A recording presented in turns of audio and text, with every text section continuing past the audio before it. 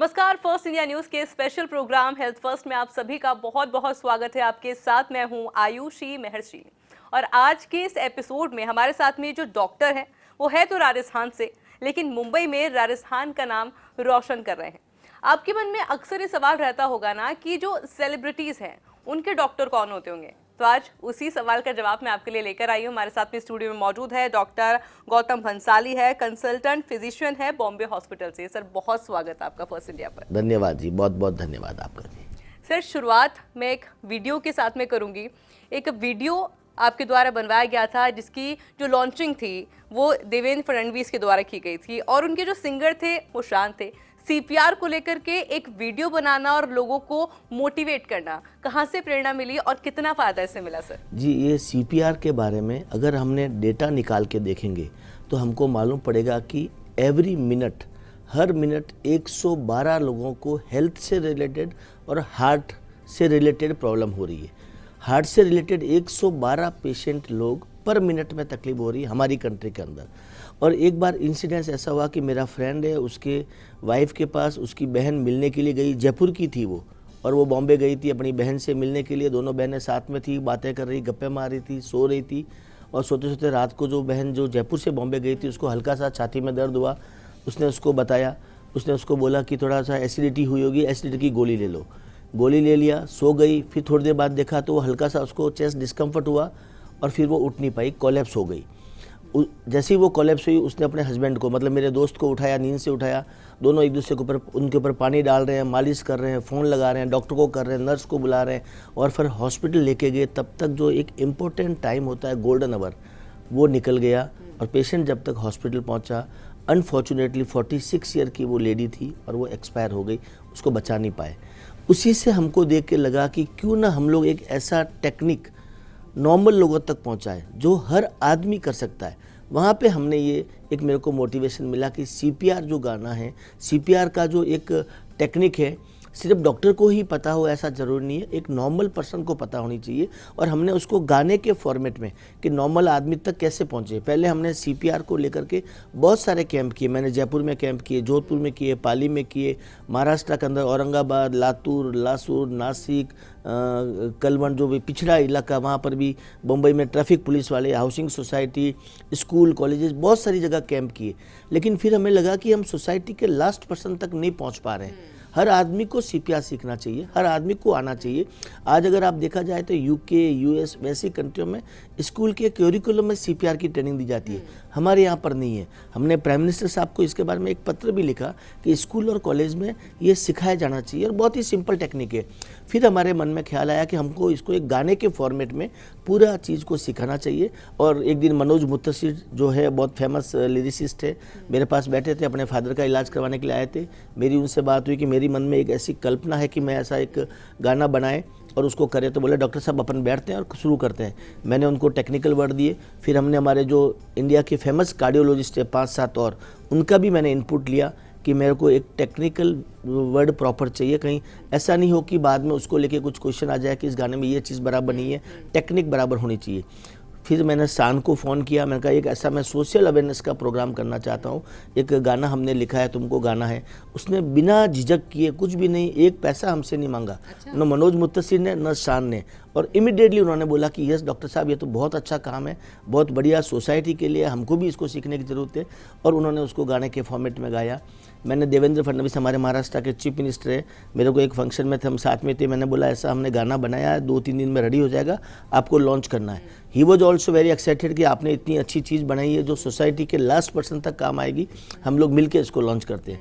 उन्होंने immediately launch किया। आज लॉन्च हुए इस गाने को लगभग 1 महीना ही हुआ है और हिंदुस्तान में ये गाना हर जगह, स्कूल, कॉलेजेस, सब जगह चल रहा है। सीपीआर 2 गाना प्लस हमारी जो हेल्थ मिनिस्ट्री है गवर्नमेंट ऑफ इंडिया की, उन्होंने भी अभी ये पूरा एक वीक सीपीआर अवेयरनेस वीक के रूप में डिक्लेयर किया है। अभी शायद सीपीआर वीक चल भी रहा है, मैं गलत नहीं हूं तो? यस, 13 अक्टूबर से लेकर के 18 अक्टूबर तक सीपीआर अवेयरनेस वीक चल रहा है। तो हम यही चाहते थे कि एक एक व्यक्ति तक, लोगों के मन में भ्रांति क्या रहती है कि सीपीआर तो डॉक्टर को ही देना है या डॉक्टर को ही आता है, हम लोग नहीं कर सकते, हम तो सिर्फ पानी डालेंगे, मालिश करेंगे, वो करेंगे। अगर आप इमीडिएटली सीखते हो, जो बहुत ही सिंपल टेक्निक है, जो मैंने सीपीआर 2 गाने के माध्यम से सिखाया है कि सीपीआर किसको देना है, कब देना है और कैसे देना है। ये तीनों चीज़ बहुत ही सिंपल, और शान ने बहुत ही इंफॉर्मेटिव वॉइस में इस गाने को गाया है। सो लकीली ये गाना बहुत पॉपुलर हो रहा है। और जब ये गाना मैंने बच्चन साहब को दिखाया, बच्चन साहब ने बोला मुझे बहुत पसंद आया, मैं इमीडिएटली इसको ट्वीट करता हूँ। उन्होंने इसको ट्वीट किया, जस्ट मेरी फ़ोन पे ही बात हुई, मैं मिला भी नहीं उनसे। सलमान खान का मेरे पास फ़ोन आया, मैंने उनको बताया ये गाना CPR 2 का गाना है। बोला डॉक्टर साहब मैं बोला इंस्टाग्राम पे पूरे गाने को डालता हूँ। तो सलमान खान, बच्चन साहब, सोनू सूद, संजय दत्त, भाग्यश्री जो हमारे ज़माने की हीरोइन थी, है अभी भी बहुत अच्छी हीरोइन है भाग्यश्री, कपिल शर्मा, बहुत सारे बॉलीवुड के लोग आगे से बढ़ कर के जैसे ही वो गाना देखते बोले हम लोग हमारे इंस्टाग्राम में डालेंगे, जो भी सोशल मीडिया, ताकि हर व्यक्ति तक ये पहुँचे। सो मुझे बड़ी खुशी है कि ये गाना हर व्यक्ति तक पहुँच रहा है, टेलीविज़न चैनल पे चल रहा है, आपके चैनल पे ये गाना बहुत चल रहा है। तो मैं आपका भी बहुत शुक्रिया अदा करता हूँ कि आप भी हमारा ये सोसाइटी के लास्ट पर्सन तक पहुँचने में आप मदद कर रहे हैं। सर अभी आपने इतने सारे सेलिब्रिटीज़ का नाम ले लिया, मैं एक्चुअली बड़ा फैसिनेटिंग मुझे फील हुआ। तो सर क्या ये सभी आपके पेशेंट है? सलमान खान, अमिताभ बच्चन, सोनू सूद, बड़े इजीली क्योंकि आपने नाम लिया इसलिए मैं थोड़ा जानने के लिए उत्सुक हूँ। जी पेशेंट मतलब ऐसा होता है कि काफ़ी टाइम से आज मैं मुंबई में हूँ, मुझे मुंबई में प्रैक्टिस करते हुए 21 साल 21 ईयर हो गए हैं। और सबको काम पड़ता ही है, हेल्थ से रिलेटेड डॉक्टर सबको चाहिए। मेरे पास फ़ोन आते हैं, मैं अपनी तरफ से कोशिश करता हूँ, मदद करता हूँ। कोविड का टाइम था, जब कोविड टाइम में बहुत सारे सेलिब्रिटी लोग घर में बैठे हुए थे, बड़े परेशान थे, और मैं उस टाइम में पूरे मुंबई का कोविड का चीफ था। तो इन लोगों को सबको मेरे से ज़रूरत पड़ती थी, चाहे वो बेड के लिए ज़रूरत पड़े हो, चाहे वो ट्रीटमेंट एडवाइस के रूप में चाहे ज़रूरत पड़ रही हो, चाहे वो घर में बंद थे तो उनको डर था कि शूटिंग कब चालू होने वाली है। सो मल्टीपल क्वेश्चंस होते थे, वो पूछते थे, मैं सॉर्ट आउट करता था। एंड ये मेरे लिए अच्छी किस्मत की बात है कि ये सब लोग मेरे पे भरोसा करते हैं ट्रीटमेंट वाइज। तो सर ये तो फैन मूवमेंट मेरे लिए भी हुआ फिर। नहीं डेफिनेटली हमारे लिए तो एक बहुत अच्छी चीज़ है कि चाहे वो सलमान खान है, चाहे वो सोनू सूद है, संजय दत्त है, चाहे माधुरी दीक्षित है, कपिल शर्मा है, बच्चन साहब है। अभी तो चलिए कि आपके बहुत अच्छे टर्म्स हैं पूरे बॉलीवुड के साथ में, बट शुरुआत के अंदर जब एक स्टार्ट होता है, एक कनेक्शन स्टार्ट होता है, तो क्या एक एक्साइटमेंट, एक फैन मूवमेंट आपने भी फील किया? मतलब कैसा लगता है कि जब माधुरी दीक्षित के साथ में आप एक डॉक्टर होकर के इतने आराम से बात कर रहे हैं, या फिर सलमान खान? सर हमारे लिए तो एक ग्रेट लेजेंड्स हैं ये। नहीं डेफिनेटली शुरुआत में जब उनका कॉल आता है, किसी न किसी के थ्रू वो फ़ोन करते हैं, जनरली वो लोग अपना फ़ोन नंबर भी नहीं देते। और मेरा भी अंदर एक शुरू से ऐसा रहा कि मैं कभी किसी के फ़ोन नंबर नहीं मांगता हूँ, जिसको देना होगा वो अपना देगा, जिसको करना होगा वो कॉल करेगा। दूसरा ये लोग थोड़ा सा प्राइवेसी चाहते होते हैं हर चीज़ की। लोग क्या करते हैं कि फ़ोन नंबर लेते हैं, मैसेज करेंगे गुड मॉर्निंग गुड इवनिंग। मैं ये सब चीज़ें कभी नहीं करता, ना गुड मॉर्निंग करता हूँ, ना गुड इवनिंग करता हूँ, ना हैप्पी बर्थडे करता हूँ, मेरी आदत में भी नहीं है, ना मुझे समय मिलता है। सो थोड़ा सा एक डिस्टेंस मेंटेन रहता है, रेस्पेक्टफुल रिलेशन रहता है। और डॉक्टर का मुझे हमेशा लगता है कि अगर थोड़ा सा डिस्टेंस मेंटेन रखे, एक दूसरे को रेस्पेक्ट करें, और जो एडवाइस चाहिए होती है उनको ट्रीटमेंट पॉइंट ऑफ व्यू या रिपोर्ट दे के जो बताना होता है, जैसे सलमान के फादर है सलीम साहब है, मेरे पे बहुत ज़्यादा भरोसा करते हैं। मुझे याद है एक बार कि उनके फादर की तबीयत बहुत ज़्यादा ख़राब हो रही थी। सलमान का मुझे कम से कम दिन में 3 बार फ़ोन आया कि आप आ सकते हैं क्या। पहली बार मुझे लगा कि वो जस्ट ऐसे ही, क्योंकि वहाँ जाता हूँ तो मेरे को कम से कम 3-4 घंटा लग जाता है, चाय वाय पीना करना, बाद में काफ़ी कुछ हो जाता है। तो मैंने कहा मैं दोपहर में आता हूँ। फिर बाद में लास्ट में सलमान ने किया थोड़ा अर्जेंट है, आप अभी आएंगे क्या? तो मैं गया, क्या देखा, उसको इतना ही था कि बस मैं बोलूँ कि हाँ भर्ती होना है या नहीं होना है। तो इस हद तक भरोसा करते हैं। हाँ। तो वो भरोसा करते हैं तो हमको भी लगता है कि कोई हमारे पर इतना ज़्यादा भरोसा कर रहा है, तो हमको हमारी तरफ से पूरा उसको एक रेस्पॉन्सिबिलिटी के साथ में निभाना चाहिए। तो शायद एक जेन्युइननेस हो, चाहे एक ऑनेस्टी के साथ आप उस चीज़ को करते हो और एथिकल वे में करते हो, तो शायद लगता है कि लोगों का भरोसा बढ़ता जाता है। सर एक टेक्निकल वर्ड का आपने यूज़ किया था विच इज़ गोल्डन आवर, आपके मेडिकल के अंदर बहुत इंपॉर्टेंट है, बट इस नाम से आपका एक फाउंडेशन भी है, मैं दोनों के बारे में जानना चाहती हूँ। जी, सो गोल्डन आवर फाउंडेशन आज के 11 साल पहले मैंने बनाया था, जब मैं बम्बई में काम कर रहा हूँ अभी भी। तो वहाँ हमारे जनरली मैं जैन आदमी हूँ, राजस्थान से बिलोंग करता हूँ। हमारे जैन समाज में ये होता है कि जो भी आप पैसा कमाते हो उसका कुछ परसेंटेज आप मंदिर में चढ़ाते हो और भगवान के नाम पे रखते हो। मैंने ये डिसीजन लिया था उस टाइम में कि मैं एक फाउंडेशन बनाऊंगा और जो मैं कमाऊंगा उसमें से कुछ पैसा, या पर मंथ मैं आपको बता देता हूँ, पर मंथ का 10,000 रुपया मैं और 10,000 रुपया मेरी वाइफ, हम दोनों मिल करके उस अकाउंट में डालेंगे, और कभी सोसाइटी के काम के लिए अगर वो काम आया तो हम लोग उसको करेंगे। तो हमने उस टाइम में ये गोल्डन आवर फाउंडेशन बनाया था, और उसका हमारा मुख्य उद्देश्य ये था कि जैसे CPR की ट्रेनिंग देना होता है, प्राइमरी एड, कोई आदमी हाइपोग्लाइसेमिया, शुगर कम हुआ और कोलैप्स होकर गिर गया, उसको कैसे बचाया जाए, एक्सीडेंटल केस हो गए, ट्रॉमा के केसेस हो गए, स्नैक बाइट के केसेस हो गए, पॉइजनिंग के केसेस हो गए, उनको गोल्डन आवर शुरुआत के 1 घंटे में आप उस पेशेंट की क्या मदद करो कि वो बच सकता है, उसके लिए हमने वो गोल्डन आवर फाउंडेशन बनाया था। एंड टचवुड उसके बाद हमारा बहुत काम हुए, हमने CPR के कैंप, प्राइमरी एड के बहुत सारे कैंप हमने, आज अब तक हम लोग 12,000 के ऊपर हम कैंप कर चुके हैं, काफ़ी लोगों को उससे फ़ायदा भी हो चुका है इतने सालों के अंदर। एंड इसके अलावा गोल्डन आवर का बेसिक मतलब यही होता है कि शुरुआत के 1 घंटे में आप कैसे मदद कर सकते हो। CPR का सबसे बड़ा मतलब होता है शुरुआत के कुछ मिनट में या कुछ सेकंड में। CPR में आपको 1 घंटा वेट नहीं करना होता है कि गोल्डन आवर नहीं होता उसके अंदर। CPR के अंदर गोल्डन सेकंड्स, गोल्डन मिनट, जैसे ही पेशेंट कोलैप्स हुआ इमीडिएटली आप उसको CPR दो, कंप्रेशन दो, that is called golden hour foundation. अच्छा, क्योंकि मैंने देखा है क्योंकि अक्सर इस सिचुएशन में पैनिक कर जाते हैं बहुत ज़्यादा लोग और इस वजह से वो जो मेन टाइम है वो निकल जाता है। अच्छा, वीडियो का क्योंकि मैंने बात की तो सर वीडियो मैंने देखा भी कि जिस इजी वे के अंदर वो बताया गया है, छोटे बच्चे हो यानी कि आप जिम में, आप कहीं पे भी आप आराम से CPR दे सकते हैं, इतनी कोई बहुत बड़ी बात है नहीं। सर अब मेरा सवाल रहेगा, आप राजस्थान के पाली से आते हैं, तो पाली से SMS अस्पताल, राजस्थान का सबसे बड़ा अस्पताल, और उसके बाद से मुंबई का सफ़र, कितना फ़र्क आप महसूस करते हैं? बहुत फ़र्क है। राजस्थान, पाली का रहने वाले हैं हम लोग, और पाली के पास एक छोटा सा गांव था इंद्रोका की ढाणी, वहाँ पे हमारा जन्म वगैरह हुआ था, जहाँ गांव में कोई फैसिलिटी नहीं थी, बिजली, पानी, सड़क, कोई चीज़ की सुविधा नहीं थी, बाथरूम नहीं थे। आजकल तो जगह जगह शौचालय वगैरह बन गए, उस टाइम में कुछ भी नहीं होता था, गांव के बाहर जाना पड़ता था। पढ़ाई के लिए हमारे गांव में प्राइमरी स्कूल भी नहीं थी, 1st, 2nd, 3rd क्लास तक की थी, बाद में हमको कहीं और जाना पड़ता था। 6 किलोमीटर दूर हम लोग पैदल पैदल जाते थे, हम तीनों बड़े भाई, तीनों भाई साथ में जाते थे स्कूल वगैरह में। वहाँ से फिर जब 10th में आया तो 10th में पाली आना पड़ा, क्योंकि मेरे को बायोलॉजी सब्जेक्ट लेना था। और उसके बाद जब मेडिकल में सिलेक्शन हुआ तो जयपुर आ गए, जयपुर सवाई मान सिंह, जयपुर आया तो जयपुर तो मेरे लिए एक तरह से विदेश के जैसा था, बहुत बड़ी चीज़ थी जयपुर हमारे लिए आना, यहाँ पे काम करना, और उसमें भी सवाई मान सिंह मेडिकल कॉलेज अपने आप में एक बहुत बड़ा इंस्टीट्यूट है। उस टाइम में हिंदुस्तान में उसका 4th रैंक होता था एम्स के बाद, तो एक बड़ा ड्रीम, सपना था। और जब मैं SMS में मेरा एडमिशन हुआ, उससे पहले मैं जयपुर आया था 6 मंथ तैयारी करने के लिए एग्ज़ाम की, तो मैं रोज़ साइकिल लेकर के SMS की तरफ से निकलता था और ये बोलता था कि ये मेरा टारगेट है, मुझे यहाँ आना है। एंड टचवुड मेहनत की, सवाई मान सिंह मेडिकल कॉलेज में आए, पढ़ पाए वहाँ पे, और वहाँ की ट्रेनिंग इतनी बढ़िया है। SMS कॉलेज की ट्रेनिंग मुझे लगता है कि वर्ल्ड के कोई भी टॉप के इंस्टीट्यूट से भी बेहतर ट्रेनिंग है, क्योंकि वहाँ जो कोऑर्डिनेशन प्रोफेसर और स्टूडेंट्स के बीच में है, या सीनियर और जूनियर्स के बीच में जो SMS का कोऑर्डिनेशन है, वो लाजवाब कोऑर्डिनेशन है। और वहाँ सीखने को भी बहुत मिलता है, पर्सनैलिटी डेवलपमेंट भी वहाँ पे बहुत होता है, कम्युनिकेशन का तरीका भी पेशेंट के साथ कैसे किया जाए वो भी चीज़ सीखने को मिलता है। बचपन से सपना था, बॉम्बे हॉस्पिटल का नाम सुनते थे हम लोग, क्योंकि हम लोग मारवाड़ी है, राजस्थान के रहने वाले हैं, तो हमारे पास शुरू से एक सपने में आता, लोग बोलते थे कि मैं बॉम्बे गया था, बॉम्बे इलाज करवा के आया, बॉम्बे हॉस्पिटल में, तो एक मन में कहीं ना कहीं ये सपना था कि भविष्य में कभी न कभी बॉम्बे में जाएंगे और बॉम्बे हॉस्पिटल में काम करेंगे। वहाँ का एग्ज़ाम दिया, वहाँ सेलेक्ट हो गए, बॉम्बे हॉस्पिटल में आ गए, और उसके बाद से अभी तक सेवा कर रहे हैं बॉम्बे हॉस्पिटल में। सर आपने सिर्फ ड्रीम अचीव नहीं किया, आपने पता नहीं कितने सारे अवार्ड अचीव कर लिए, क्योंकि मैं गिनती अगर आपको कराने लगूंगी तो एक लंबी लिस्ट है। सर जो सभी के दिलों पर राज करता है बॉलीवुड, उनके दिलों पर ये राज करते हैं। सर एक ऐसा टाइम आया था जब सब डरे हुए थे, सबको मौत का डर सता रहा था, वो था कोविड का टाइम। उस टाइम पे आपको चीफ कोऑर्डिनेटर बनाया गया सभी प्राइवेट हॉस्पिटल्स का और नर्सिंग होम का।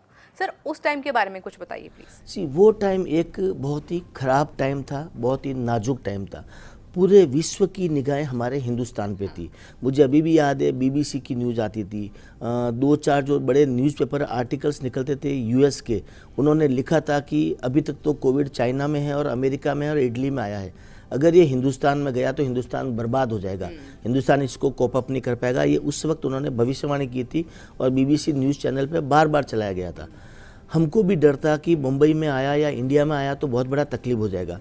जैसे ही मुंबई में आया उस वक्त हमारी भी हालत अच्छी नहीं थी, हमारा भी इंफ्रास्ट्रक्चर उस वक्त रेडी नहीं था। यस, हमारे पास स्किल्ड वर्कर थे, हेल्थ केयर वर्कर, डॉक्टर्स थे, नर्सेज थे, वार्ड बॉय, स्वीपर, वो सब हमारे पास स्किल्ड है। हेल्थ इंफ्रास्ट्रक्चर में हम लोग पीछे हो रहे थे। जैसे ही केसेस मुंबई में आने लगे, हमने कस्तूरबा हॉस्पिटल जो गवर्नमेंट हॉस्पिटल है वो रेडी किया। वो रेडी करने के बाद हमें ज़रूरत महसूस हुई कि ये फाइनेंशियल कैपिटल है, यहाँ पे लोग गवर्नमेंट हॉस्पिटल कम जाते हैं, उनको प्राइवेट हॉस्पिटल की ज़रूरत पड़ती है। प्राइवेट हॉस्पिटल को सबको पार्टिसिपेट करने के लिए सबसे रिक्वेस्ट किया गया। शुरुआत में प्राइवेट हॉस्पिटल थोड़ा सा रिलक्टेंट थे क्योंकि गवर्नमेंट की तरफ से भी इतना सपोर्ट नहीं मिल रहा था। हमारी 1-2 बार मीटिंग हुई, 4-5 बार मीटिंग होती रही थी। उस वक्त नए बीएमसी कमिश्नर बने थे मिस्टर इकबाल सिंह चहल। मेरे को उन्होंने फ़ोन किया कि कुछ भी करो, मुझे प्राइवेट हॉस्पिटल को साथ में लेके आना है और बिना उसके मैं ये जंग जीत नहीं पाऊंगा। मैंने सारे प्राइवेट हॉस्पिटल की मीटिंग बनाई। उन्होंने मुझे सारे प्राइवेट हॉस्पिटल, मुंबई में 146 प्राइवेट हॉस्पिटल है, उनका चीफ कोऑर्डिनेटर बनाया। मैंने सारे प्राइवेट हॉस्पिटल की जूम पे पहले एक बार फिजिकल मीटिंग ली, फिर जूम पे मीटिंग ली, सबको समझाया कि मुंबई फाइनेंशियल कैपिटल है हमारी कंट्री का। अगर फाइनेंशियल कैपिटल में एक भी पेशेंट इसलिए मर गया कि उसको बेड नहीं मिला तो पूरे वर्ल्ड में हमारी क्या रेपुटेशन होगी। पूरे वर्ल्ड में ये डिस्कस होगा कि फाइनेंशियल कैपिटल में आदमी मर रहा है तो हिंदुस्तान के गांवों में क्या हालत हो रही होगी। तो हमें कुछ न कुछ करके इसमें काम करना चाहिए। ये टाइम हमारे को चैरिटी करने का नहीं है, ये टाइम हमको हमारा सेक्रीफाइस करना पड़ेगा, अंदर से हमको बेड देने पड़ेंगे।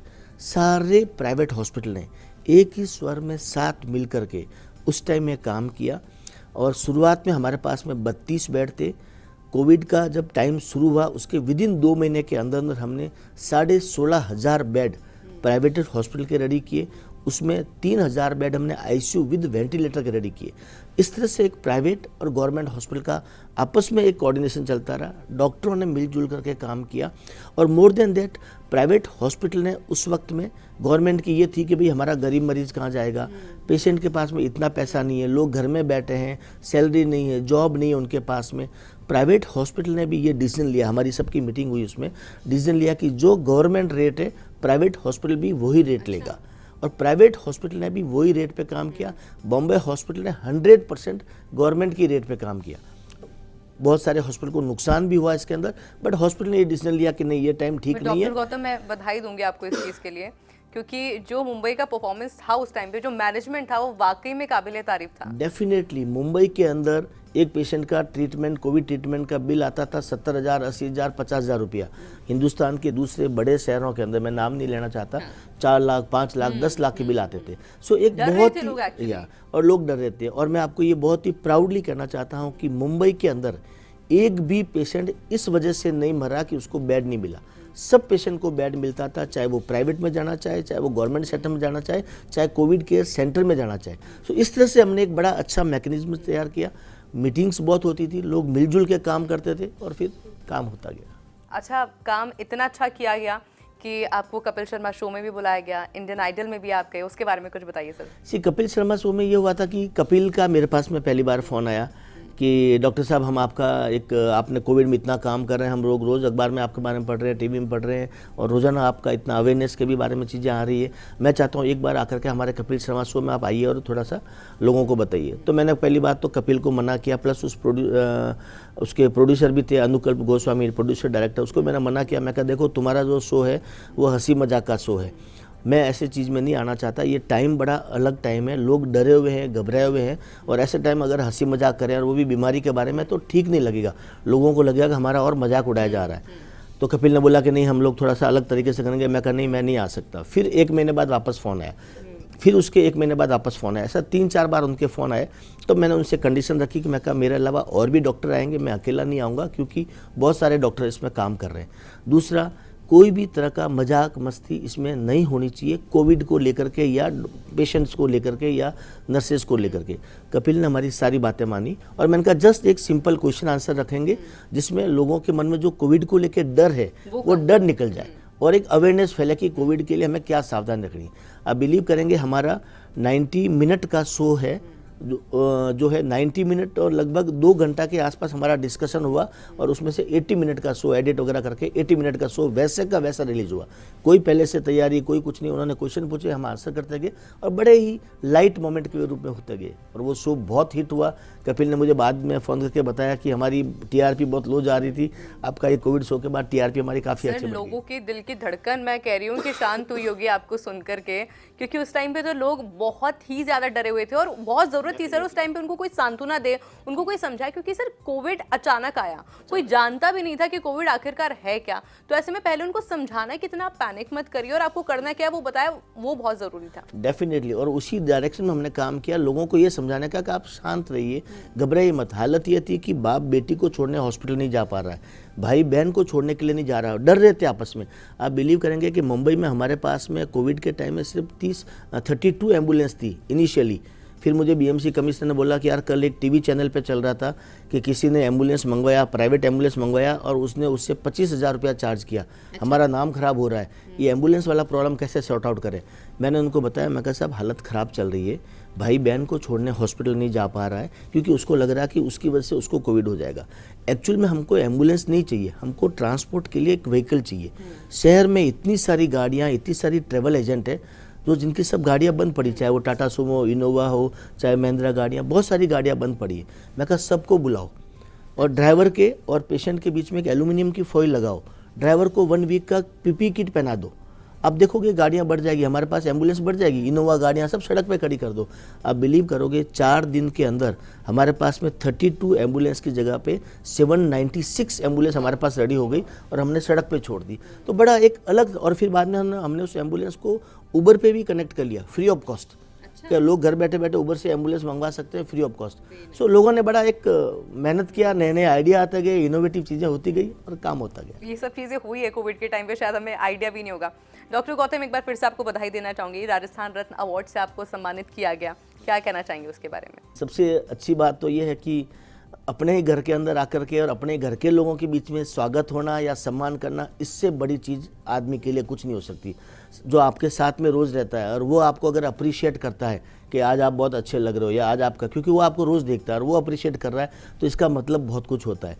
राजस्थान रत्न अवार्ड मेरे को मिलना, क्योंकि मैं एक राजस्थान का रहने वाला हूँ, बाहर काम कर रहा हूँ राजस्थान के बाहर, इससे बड़ा सौभाग्य की बात और इससे बड़ा खुशी की बात शायद ही मेरे लिए कोई हो सकता है। और दो मेरा गिनीज वर्ल्ड रिकॉर्ड में भी नाम है, मुंबई रत्न अवार्ड है, बहुत सारे अवार्ड मिले हुए हैं, बट राजस्थान रत्न अवार्ड आप कह सकते हैं कि दिल से जुड़ा हुआ, मन से जुड़ा हुआ अवार्ड है। क्योंकि सर वाकई में हमें गौरव महसूस होता है, क्योंकि मैं तो खुद राजस्थान से हूँ, तो मुझे बड़ा अच्छा फील हो रहा है क्योंकि मैं आपका इंटरव्यू कर रही हूँ इस टाइम पे कि आप राजस्थान से हैं और वाकई में आप इतना नाम रोशन कर रहे हैं। सर आप पूरे देश का नाम रोशन कर रहे हैं अभी मुंबई से।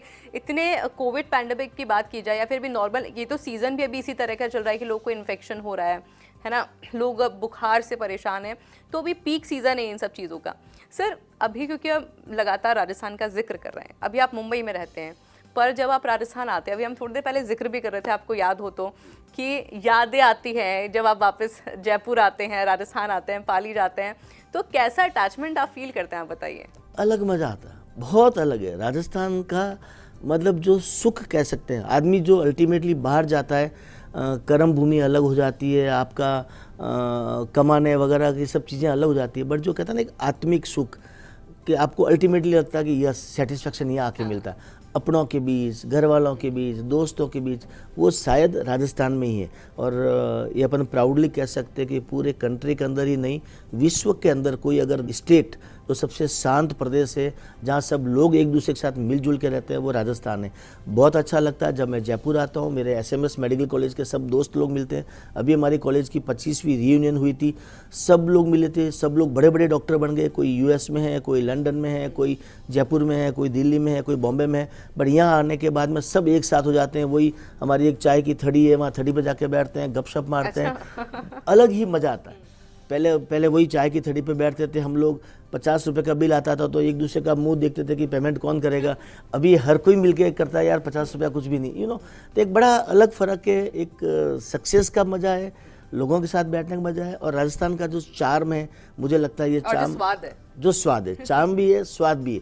जो यहाँ की कचौरी है, जो यहाँ के घेवर है, जो यहाँ बनता है, आप कहीं भी चले जाओ नहीं बन सकता और नहीं बनता। और जो प्यार है सर, प्यार तो अलग चीज़ है, राजस्थान का प्यार तो बहुत अलग ही है, क्योंकि यहाँ अपनत्व की भावना बहुत है।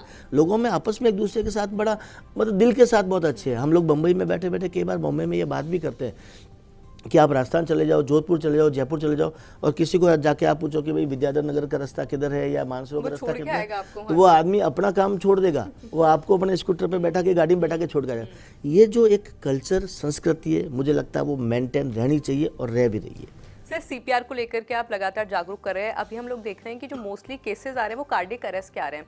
सर इनको कंबाइन करके बताइए, क्योंकि कार्डियक अरेस्ट के केसेस लगातार बढ़ते जा रहे हैं, तो सीपीआर इसमें किस तरह से हेल्प कर सकता है और कैसे जान बचा सकता है? पहले तो हमको ये देखना पड़ेगा कि क्या रियल में कार्डियक केसेस ज़्यादा बढ़ रहे हैं। तो यस, डेफिनेटली कार्डियक केसेस ज़्यादा बढ़ रहे हैं, बट लोग को कई बार को रिलेट करते हैं उससे कोविड से या कोविड के वैक्सीनेशन से, जो बिल्कुल एक मिथ्या है, गलत धारणा है। कोविड वैक्सीन का कोई रिलेशन नहीं है। 200 करोड़ से ज़्यादा डोज हमारी कंट्री में कोविड वैक्सीन की लग चुकी है। उसमें से हार्डली 0.0001% लोगों को भी उसकी वजह से कार्डियक अरेस्ट नहीं हुआ है। मुझे लगता है जो कार्डियक अरेस्ट या हार्ट अटैक के मामले ज़्यादा आ रहा है, उसका सबसे बड़ा कारण है कि कोविड टाइम में लोग घर में ज़्यादा बैठे थे। सोशल इन्फ्लुएंसर इतने ज़्यादा आ गए कि हर कोई आपको डाइटिंग के बारे में, वेट लॉस के बारे में बताता है। लोगों ने क्या किया, ओवर डाइटिंग शुरू किया, खाना पीना बंद किया, इंटरमिटेंट फास्टिंग शुरू कर दिया, खाते नहीं, ब्रेकफास्ट नहीं करते हैं, रात का खाना बिल्कुल ही बंद कर दिया, भूखा रहना ज़्यादा शुरू कर दिया, और ओवर एक्सरसाइज चालू कर दिया। बहुत ज़्यादा जिम में जा रहे हैं, जिम वाले भी उनके पीछे पड़ जाते हैं, थोड़ा और जिम में एक्सरसाइज ज़्यादा कर रहे हैं, वॉकिंग ज़्यादा कर रहे हैं। जो आदमी कभी भी 50-100 स्टेप्स भी लगातार नहीं चलता था, वो आदमी आज 10,000 स्टेप्स, 15,000 स्टेप्स करके रखा हुआ है। और लोग मिसगाइड हो रहे हैं। इतने ज़्यादा सोशल मीडिया इन्फ्लुएंसर आ गए। हर कोई बोलता है कि पुदीना खाओ, कोई मेथी खिलाता है, कोई धनिया खिलाता है, कोई क्या मिक्स करके खिलाता है, कोई बोलता है इंटरमिटेंट फास्टिंग। इंटरमिटेंट फास्टिंग के अभी डेटा निकल करके आए, रिसर्च हुआ है, उसकी वजह से भी कार्डियक प्रॉब्लम ज़्यादा हो रही है। मुझे लगता है कि ओवर डाइटिंग और ओवर एक्सरसाइज, उसकी वजह से ये प्रॉब्लम ज़्यादा हो रही। लोगों को बैलेंस डाइट लेना चाहिए। बिल्कुल आप भूखा रह जाओगे, वजन कम होगा, लेकिन शरीर वीक में कमजोरी आने लगेगी, कार्डियक इम्यूनिटी आपकी बहुत कम हो जाएगी। और ओवर एक्सरसाइज नहीं करना, या हर बात में आपको प्रोटीन शेक नहीं लेना है। आज आप जाके देखोगे तो इतनी सारी कंपनियां मार्केट में आ गई जो प्रोटीन पाउडर बनाती है, काफ़ी सारे फेक भी होते हैं। इन चीज़ों की वजह से नुकसान ज़्यादा हो रहा है। जिम में भी आप, अगर लोग बोलते हैं तो दुबला पतला था, बिल्कुल भी अच्छा हेल्थ का ध्यान रखता था, रोज़ वॉक करता था, जिम में जा रहे हैं, जिम में लोग कोलैप्स हो रहे हैं। इसमें सीपीआर ये काम करता है कि जो आदमी कोलैप्स हुआ है, जिसकी पल्स नहीं आ रही, जो ब्रीदिंग नहीं कर रहा है, जो बिल्कुल अनकॉन्शियस है, ऐसा नहीं कि जो कोलैप्स कोई भी हो गया उसको सीपीआर दो। जिसकी ब्रीदिंग भी साथ में नहीं हो, वो आपको चेक करनी है, पल्स नहीं है, तो उसको सीपीआर देना है। उसको अगर आप टाइमली सीपीआर देते हो, ब्रेन उसका फंक्शन करता है, ब्रेन को ब्लड फ्लो रहता है, क्योंकि सीपीआर में हार्ट पंप करना शुरू करता है जब आप देते हो तो ऐसे पेशेंट को बचाने में बहुत बड़ी भूमिका रहती है। 50 to 70% पेशेंट आप सीपीआर दे करके कार्डियक अरेस्ट वालों को बचा सकते हो। Thank you so much doctor Gautam, बहुत अच्छा लगा आपसे बात करके आज। थैंक यू, बहुत बहुत धन्यवाद। इस पूरे सेशन के दौरान, पूरे इंटरव्यू के दौरान आपने नोटिस किया होगा कि राजस्थान के अंदर जो इनको एक रत्न अवार्ड मिला है, वो भी इसलिए मिला है क्योंकि राजस्थान के रत्न हैं ये वाकई के अंदर, और किस तरह से देश भर में ये नाम भी रोशन कर रहे हैं। इस प्रोग्राम में फिलहाल के लिए इतना ही। मुझे दीजिए इजाजत, नमस्कार।